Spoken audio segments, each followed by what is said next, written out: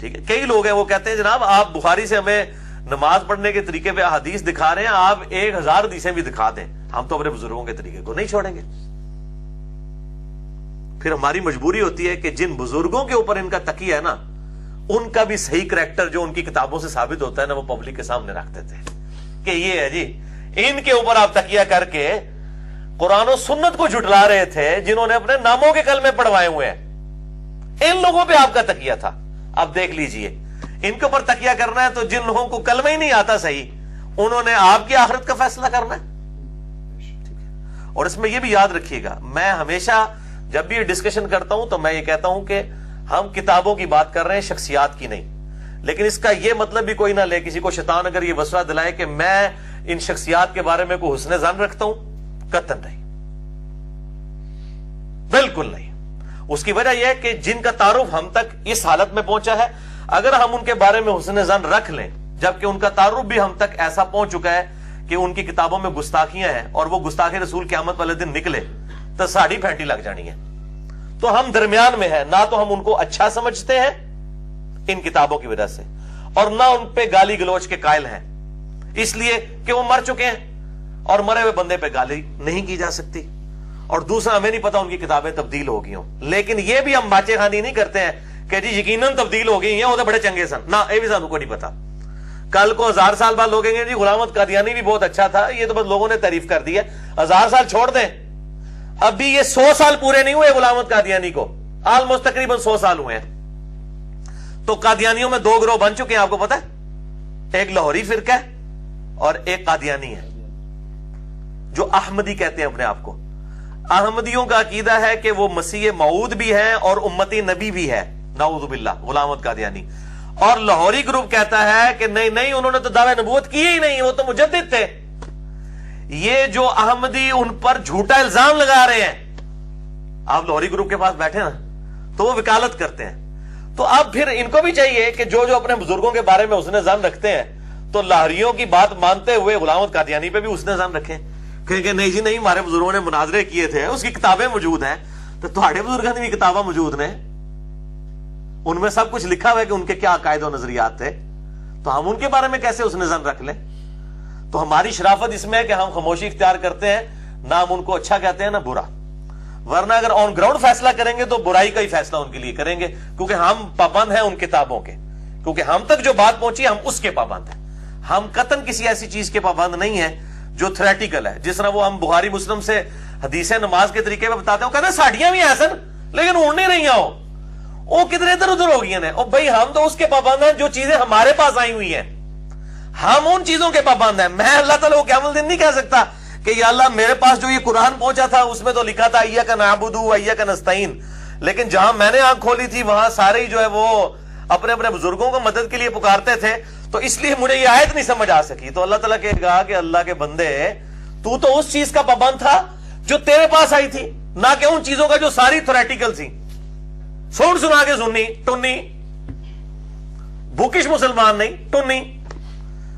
تو یہ بڑا پوائنٹ ٹو بی نوٹڈ ہے اس حوالے سے کہ اللہ تعالیٰ فرما رہا ہے کہ یہ کہتے ہیں کہ اگر ہم پکے نہ ہوتے اپنے بزرگوں کے اوپر, قریب تھا کہ یہ ہمیں بہکا دیتا راہ حق سے, نعوذ باللہ. وہ اپنے اس باطل راستے کو راہ حق سمجھ رہے تھے. وَسَوْفَ يَعْلَمُونَ حِينَ يَرَوْنَ الْعَذَابَ, ان قریب جب یہ عذاب دیکھیں گے تو ان کو پتہ چل جائے گا من اضل سبیلا, کہ ان میں سے کون جو ہے وہ راہ حق سے بھٹک گیا ہے. جب عذاب دیکھیں گے. لیکن مجھے بتائیے, اگر ایک قادیانی کو قیامت والے دن یہ بات پتہ چلی کہ غلام احمد قادیانی جو ہے یہ دجال تھا, جھوٹا تھا, تو قیامت والے دن اس کو یہ بات پتہ چلنے کا کوئی فائدہ ہوگا؟ کئی لوگ کہتے ہیں او جی اگے جا کے پتہ لگ جائے گا کیڑا صحیح ہے کیڑا غلط ہے. او بھائی اگے جا کے پتہ لگا تو فائدہ کوئی نہیں نا. ہاں فائدہ تب ہے جو آگے سے واپس بندہ دنیا میں آ جائے, پھر تو آپ کی بات ٹھیک ہے. ادھر ہی فیصلہ کرنا ہے کہ کون صحیح اور کون غلط, اور اس کے بعد اپنے لیے ایک راہ حق کو واضح کرنا ہے اور اپنی آخرت کی فکر کرنی ہے, کسی دوسرے کی نہیں, سب سے پہلے اپنی آخرت کی فکر کرنی ہے. تو یہ بڑا امپورٹنٹ پوائنٹ ہے, اس کو یاد رکھیے گا. ارائیت من اتخذ الہہ ہوا, اے محبوب صلی اللہ علیہ وسلم بھلا تم نے دیکھا اس شخص کو جس نے اپنی خواہش نفس کو اپنا رب مان لیا ہے. والعیاذ باللہ. افانت تکون علیہ وکیلا، تو اے نبی کیا آپ اس کے وکیل بن جائیں گے جو خود راہ حق سے بھٹک چکا ہے؟ یہ جو میں کہہ رہا تھا نا، اے نبی ہم نے آپ کو وکیل بنا کے نہیں بھیجا، داروغہ بنا کے نہیں بھیجا. تو اللہ تعالیٰ فرما رہا ہے جس نے اپنی خواہش نفس کو اپنا خدا مان لیا ہے، جو اپنی اس مرضی کے پیچھے چلنا چاہتا ہے، آپ کیا زبردستی اس کو حق گھول کے پلا دیں گے؟ آپ اس کی وکالت کریں گے؟ نہیں. لست علیہم بمسیطر، اے نبی ہم نے آپ کو ان پر داروغہ بنا کر نہیں بھیجا. اسی طریقے سے فذکر بالقرآن من یخاف وعید، اے نبی صلی اللہ علیہ وسلم اس قرآن کے ذریعے لوگوں کو ڈر سنائیں، ان لوگوں کو جو آپ کے رب کی دھمکی سے ڈر جائیں. جو ڈرنا نہیں چاہتے ان کے لیے تو قرآن میں ہدایت ہی نہیں ہے. تو اللہ تعالیٰ فرما رہا ہے کہ اے نبی ہم نے آپ کو ان پر کوئی وکیل نہیں بنایا. یہ اپنے خواہشات نفسانی کی پیروی کرتے ہوئے انہوں نے خدا مان لیا ہے. خدا انسان جس کو مان لیتا ہے تو اس کی ہر بات کو من و عن قبول کرتا ہے. ایسا ہی ہوتا ہے نا. تو جو شخص خواہش نفس کو اپنا خدا مان لے تو اس کے سامنے اگر روشن دلائل بھی آپ رکھیں گے نا، وہ ان دلائل کو نہیں دیکھے گا، وہ اپنی خواہش نفسانی کو دیکھے گا، ان کے اوپر فیصلہ کرے گا. اور اس کا تو کوئی علاج نہیں ہے. امام احمد بریلوی صاحب نے فتاوی رضویہ میں یہ بات لکھی ہے کہ دیوبند اور اہل حدیث کی مسجدیں مثل گرجا ہیں، ان میں نماز پڑھنا مکروہ تحریمی واجب العیادہ ہے. وہ کہتے ہیں اس میں نماز بھی نہیں آپ پڑھ سکتے. اور اسی فتاوی رضویہ میں لکھتے ہیں کہ اگر ہم ان لوگوں کی باتوں کو، ویسے لفظ تو انہوں نے وہابیہ استعمال کیا، یہ وہابیہ تو ایک اپنے علاوہ سب کو وہابیہ اور بعد مذہب کا لفظ استعمال کرتے تھے. اگر وہابیہ کی بات صحیح مان لی جائے تو ہمیں اپنے پچھلے 1200-1300 سال کے بزرگوں کو مشرک اور کافر ماننا پڑ جائے گا. اس کا مطلب ہے ان کو پتا تھا کہ ہمارے جو بزرگوں کے عقیدے کیا گزرے ہیں، کتاب و سنت کے خلاف ہے. خود مان رہے ہیں کہ ان کو ماننا پڑ جائے گا، اس لیے ہم بات نہیں صحیح مان رہے ان کی. آپ نے دیکھا، پوائنٹ ٹو بی نوٹڈ. اور پھر اس لیول تک گئے وہ کہ انہوں نے پھر وہ عبارتیں ڈھونڈی. اشرف تھانوی صاحب کی عبارتیں گستاخانہ، رشید احمد گنگوئی کی ڈھونڈی، اس طریقے سے اسماعیل امبیٹوی کی ڈھونڈی، اور پوری کتاب حسام الارمین لکھی، جسے ہم کہتے ہیں کہ ٹھیک ہے گستاخانہ عبارتوں پہ، کہ جو انہوں نے گرفت کی ہے بالکل ٹھیک کی ہے. لیکن جب اسی طرح کی عبارتیں ہم ان کے بزرگوں کی دکھاتے ہیں تو آئیں بائیں شائیں شروع کر دیتے ہیں. پھر کہتے ہیں بزرگوں کی خدمات نہیں ہے. ہم پوچھتے ہیں اشرف علی تھانوی صاحب کے بھی صرف 2-3 ہی گستاخیاں ثابت ہے نا، باقی وہ تو تقریباً 2000 کتابوں کے مصنف ہیں. آپ کے بزرگوں کی ساروں کی کتابیں ملا کے بھی اشرف تھانوی کی کتابوں کے برابر نہیں ہے. تو اشرف تھانوی صاحب کی کوئی خدمات نہیں ہے.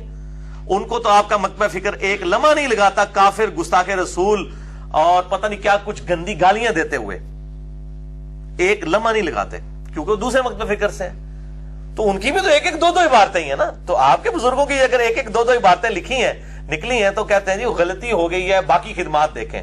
ہم تو کہتے ہیں جی جن کا دعویٰ ہے کہ یہ بزرگ ہیں، اولیاء اللہ ہیں، اولیاء اللہ سے غلطی تو ہوگی لیکن گستاخ رسول نہیں ہوگا. اولیاء اللہ، چشتی رسول اللہ پڑھوانے والا کبھی جو ہے وہ اولیاء اللہ نہیں ہو سکتا. یہ ذہن میں رکھیے گا. وہ پھر ولایت بھی جائے گی اس بندے کی.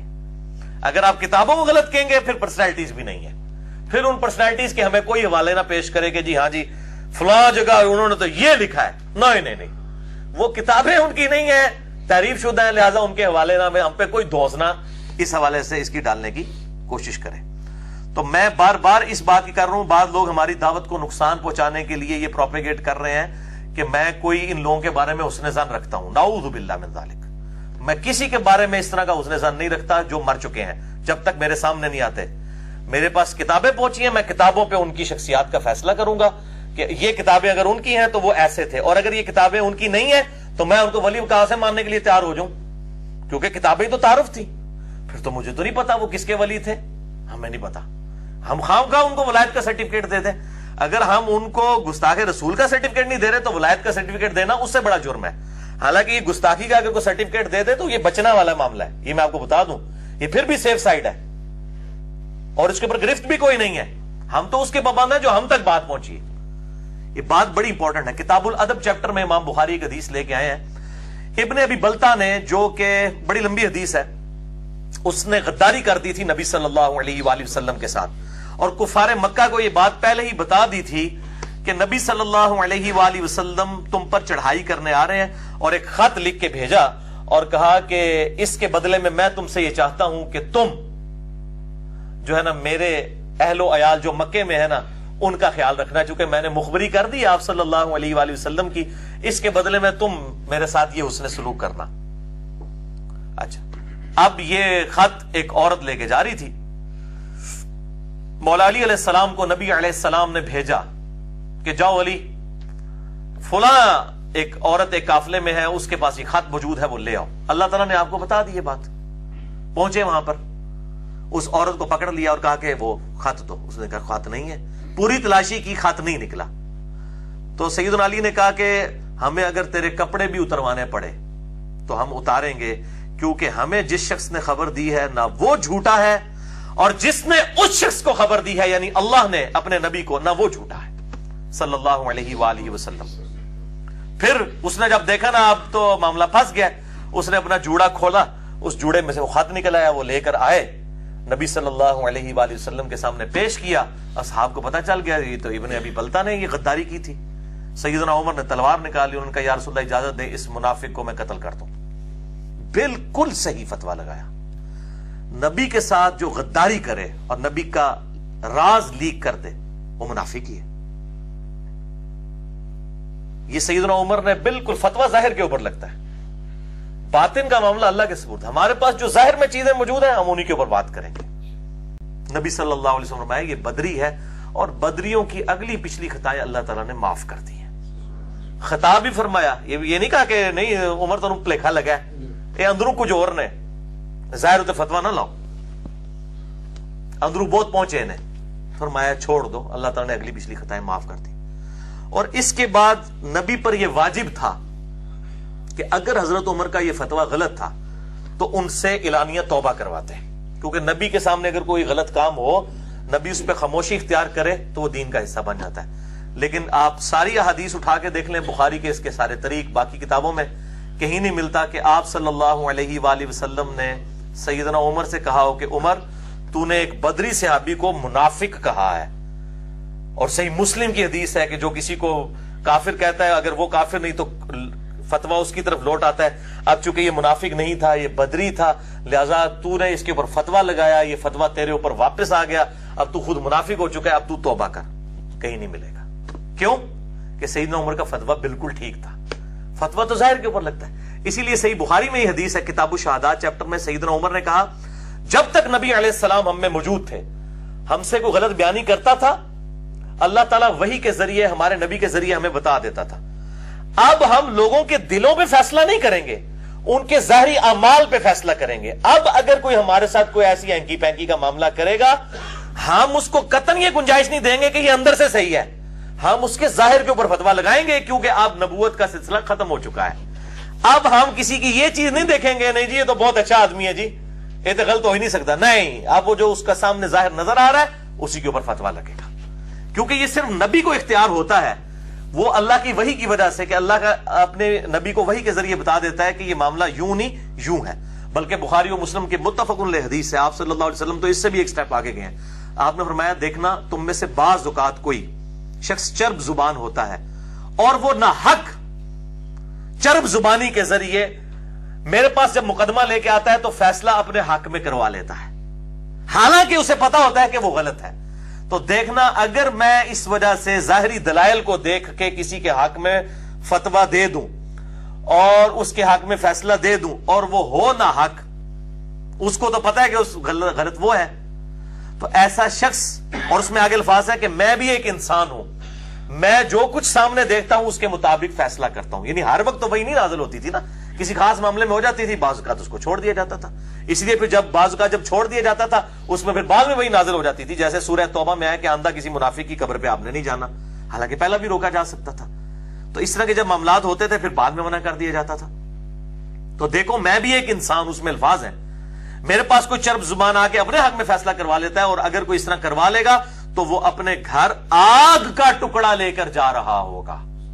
استغفر اللہ۔ یعنی وہ آ کر حالانکہ نبی نے اس کے حق میں فیصلہ کیا ہے، لیکن چونکہ وہ فیصلہ چرب زبانی کے بنیاد پہ ہوا ہے، نبی نے ظاہری فتویٰ لگایا ہے، اب نبی کا اس کے حق میں سرٹیفکیٹ دے دینا بھی اس کے بچت کے لیے کافی نہیں ہے۔ آپ نے فرمایا وہ آگ ہی لے کے گیا، حالانکہ فیصلہ نبی نے اس کے حق میں کیا ہے، تب بھی وہ فیصلہ حق میں ہونے کے باوجود بھی اس کے لیے دوزخ کا فیصلہ ہے۔ دنیا میں تو اس کے لیے وہ ایک سمجھ لیں کہ حق کا فیصلہ ہے، لیکن بیسیکلی اس کے لیے دوزخ کا فیصلہ ہو گیا۔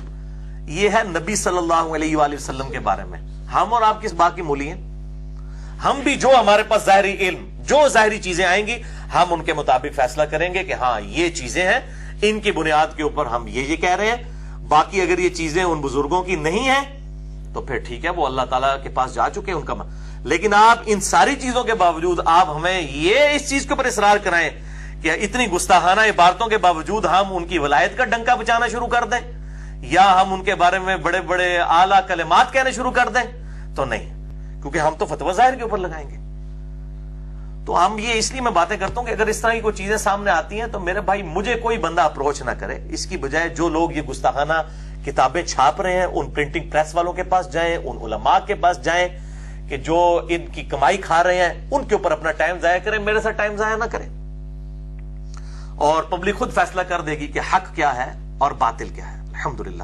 بہرحال میں ایک جملہ اکثر بولا کرتا تھا کہ تمام مقادم فکر کے بارے میں کہ ان لوگوں کی قرآن و سنت سے محبت اس وقت تک قائم ہے جب تک کہ ان کے بزرگ بابے بیچ میں نہ رگڑے جائیں۔ جیسے ہی بزرگ بابوں کی کوئی بات آ جائے گی، پھر ان کو قرآن و سنت کی محبت، نبی صلی اللہ علیہ وآلہ وسلم کی عقیدت، کوئی چیز نظر نہیں آئے گی۔ اور الحمدللہ میں اپنے اس دعوے میں آج بھی قائم ہوں، اور مجھے اس اعتبار سے الحمدللہ دن بدن مزید شرح صدر ہو رہا ہے کہ لوگوں کے لیے حق بات ماننا کتنا مشکل ہو جاتا ہے، اس لیے کہ چونکہ انہوں نے نبی کا دامن چھوڑ دیا تو سم بکم عمی فہم لا یرجعون، یہ اندھے ہیں، بہرے ہیں، گونگے ہو چکے ہیں، اور یہ اب پلٹ کے نہیں آئیں گے۔ اور ختم اللہ علی قلوبہم وعلی سمعہم وعلی ابصارہم، اللہ نے مہریں لگا دی ہیں ان کی آنکھوں کے اوپر، ان کی کانوں کے اوپر، ان کے دلوں کے اوپر۔ تو یہ بڑا خطرناک معاملہ ہے۔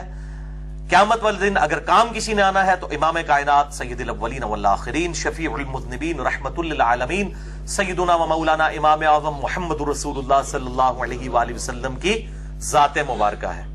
ان کی ذات مبارکہ کی کاسٹ کے اوپر، ان کی کاسٹ، ان کی قیمت ادا کرنی پڑ جائے نعوذ باللہ اگر کسی موقع پر، تو ہم یہ معاملہ نہیں کریں گے، ہم اپنے نبی کو ہی چوز کریں گے۔ اور سیدنا عمر نے جو فتویٰ لگایا کہ منافق، کیوں؟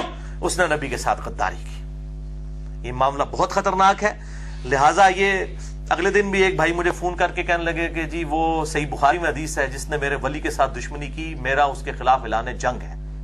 میں نے کہا جی وہ اللہ کے ولی کے بارے میں ہے، شیطان کے ولی کے بارے میں نہیں ہے، اور اللہ کے ولی کا ڈیسیژن کون کرے گا؟ اللہ اور اس کا رسول۔